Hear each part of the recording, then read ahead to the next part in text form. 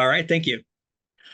Hey, it's so awesome to talk to you. And of course, we were talking about The Boy and the Heron, which you helped. Well, you did the dub, or you directed the dub, and um, I mean that's such an amazing project to be involved in. How did that come about? I'm really lucky. I have a long and wonderful relationship with G Kids. I did their first dub with Mia and the Magoo, like, oh gosh, maybe 15 years ago. Hmm. And ever since then, we've just like we have the same values. It's like we found the right like soulmate in production. Um, there's so much that I think we're able to do because they let us and they support us in it. We've had really intricate casting meetings from the beginning because we have worked with celebrity casting for so long. And I think it's a tricky thing because unlike with a scale performer, you don't get to audition them. Hmm. You just have to make the offer and then you have them, right? So we've spent a lot of time in the way that we deliberate over how to assign people to the roles. One of the things we do is take audio from their other work and or interviews and put it up against the picture just to see how it feels.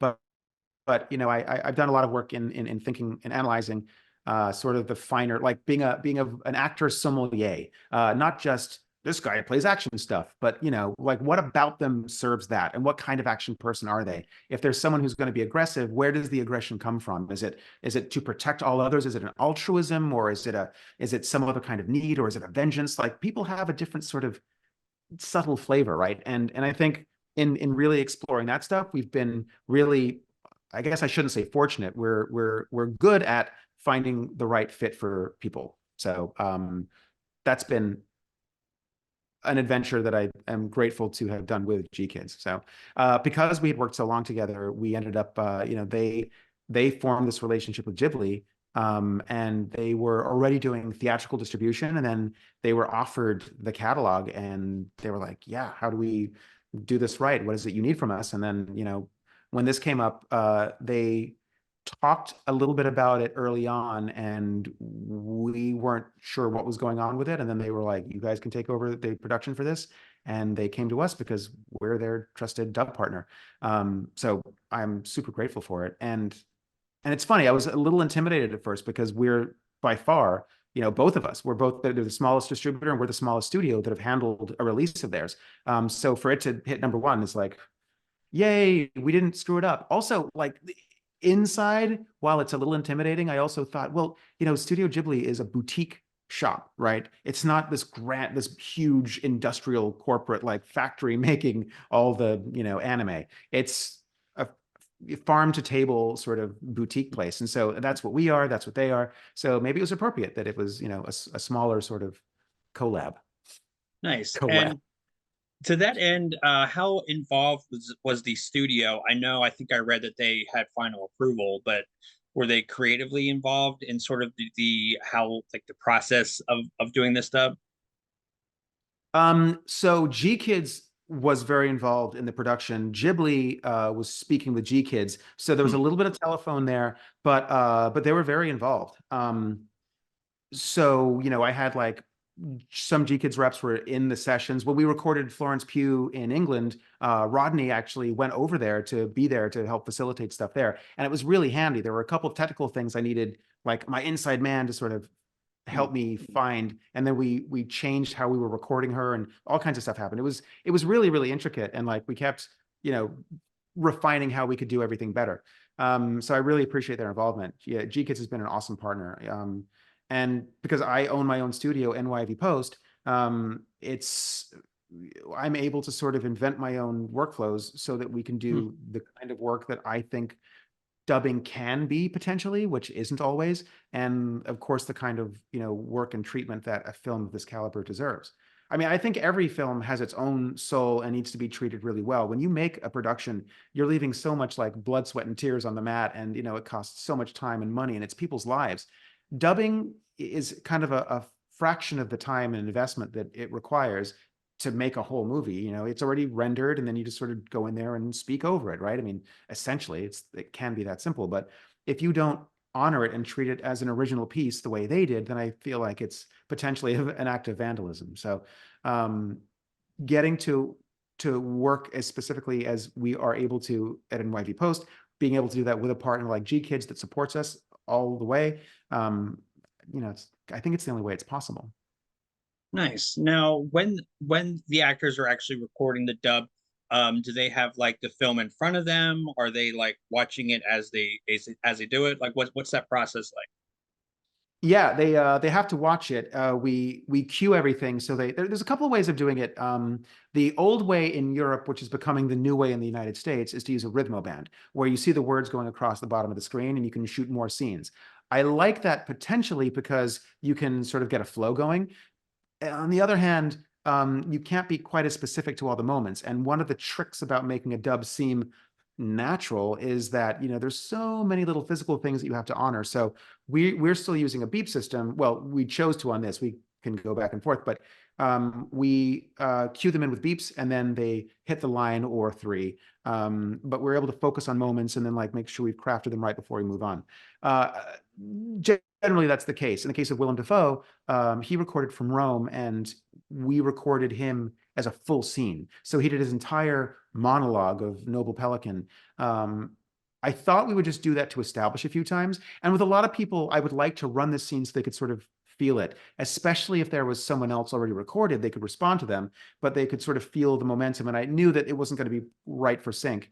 But then we could go in and like fine tune all the moments. With Willem, it was basically the whole take. And what you hear in the movie is one take with a couple of pickups just because, oh, you cough up blood on this word. So like, he did it a few times. I quickly roughed it in there and then saw exactly where the coughing would be because it was going to be within a range. And we found the word, put the blood cough, and then we were done. But like, yeah, that's a one take.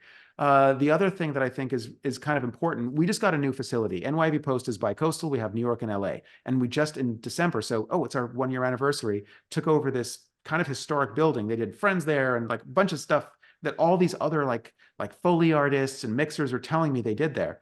And you might have some like The Grudge was the first movie that was mixed entirely in the box by my friend Mike Fox. And they did that in our mix stage. Anyway, fantastic room. Our ADR stage is really, really big and actually has a projection screen, a proper Stewart perf screen from a movie theater. Mm. So, and it's as opposed to just watching it on a monitor or a TV, this is a film. So we got to project the film onto a screen and everyone who came in got to receive it that way. So I think that's really important. Like Mark Hamill was in our LA studio, Robert Pattinson was there, and they all got to watch the film as a film on a film screen. I think those Nice. little unconscious things really help you feel the scope of the film, Yeah, absolutely. I can definitely see how that would really help bring it to life more. I mean, even more than just this beautiful film, but really seeing it as intended. Now, I think I read that you also kind of take special care in just sort of like the when you dub, it's like the sync to the like the mouth movements is like it is any of the animation sort of I don't know how I would put this like manipulated to make it seem a little bit more Never. No, okay. we don't. That's something that's really important to us. I mean, there's some new like AI tools that will like remouth something, and I've seen the Forrest Gump test, and it looks a little uncanny valley. Mm. I wouldn't want to touch a pixel of this work, and frankly, by dubbing it appropriately, you can liberate some of the pixels at the bottom of the screen from being covered by words. We never touch the animation. There's no, resyncing or even editing or making an AMV out of it. Nothing gets changed. It's the original film, top to bottom. Yeah. Yeah, no, that's great. I was gonna say, this is the first time talking to somebody that's like done this particular work, so I find it really fascinating, and I'm sure like people watching hopefully find this very fascinating. Would you say that being a very accomplished voice actor yourself that helps yeah kind of helps you be a better director as far as like what you're looking for coming from that side of it? I think the primary thing is I have sympathy for what it takes to be in that booth and do your best work. I think that the act of acting is one that demands vulnerability, and therefore it's an act of courage. So everything I can do to make people comfortable, happy, playful, that's the thing. And I also recognize that there's more than one way to serve a moment. And especially when I'm serving Hayao Miyazaki's vision, it was really important to me that on the one side, I'm not imprinting too much of my own like interpretation on his work. I want the audience to be able to receive his work and then interpret it for themselves, right? And it's hard. Everyone has a perspective.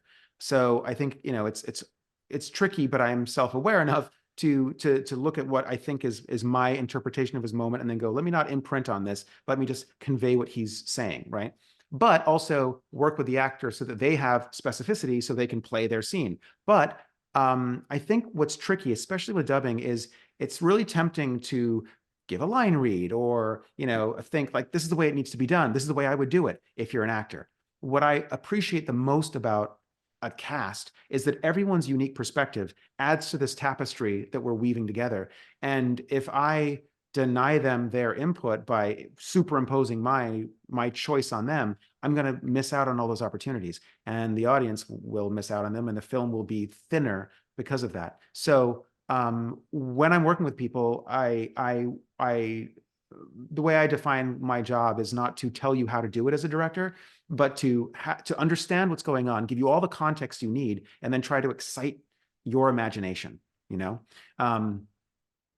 then it becomes an organic process. And that's why I really appreciate being able to work in my own facility to do this, because I can run longer. I can take more time to find the thing. A few people came in and gave I think I saw a press release where they were talking about how we tried all these different moments, all these different ways, and they got to sort of discover what it was. I knew what was going on. There's certain things you have to hit because there's a narrow target. It's already been rendered and it can't go against what you see.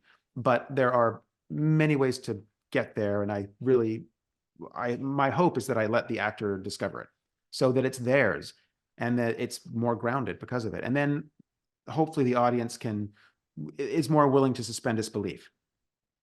Yeah, that's amazing. So I almost need to wrap up, but last question. Is there any projects you're working on that you can talk about? Anything that, That I can talk about? Less so. I'm working on projects. Okay. Later to, I don't know, to see what they are. But yeah, I'm lucky. I get to work on some good things, that are big and important and cost people money. So we have to be very careful about what we say, and I'm not allowed to. Mhm. Though nothing is as stringent as the NDA that I signed for The Boy and the Heron. It was Oh, literally, and I appreciate it. It is a national treasure, yeah, and they have no advertising, so it's not like if a frame of the film leaked, it would have to be from production. yeah. Like they didn't have a trailer. Hmm. Yeah, no, that's so fascinating, and I really appreciate you talking to me about this amazing project. You did such a great job, and again, not to be super cheesy, but a big fan. So this was really cool. Go team. Come on, give me one. Thank you, and Give me thank you, one. Gary. Thank you, Mike. Thanks for putting up all the time.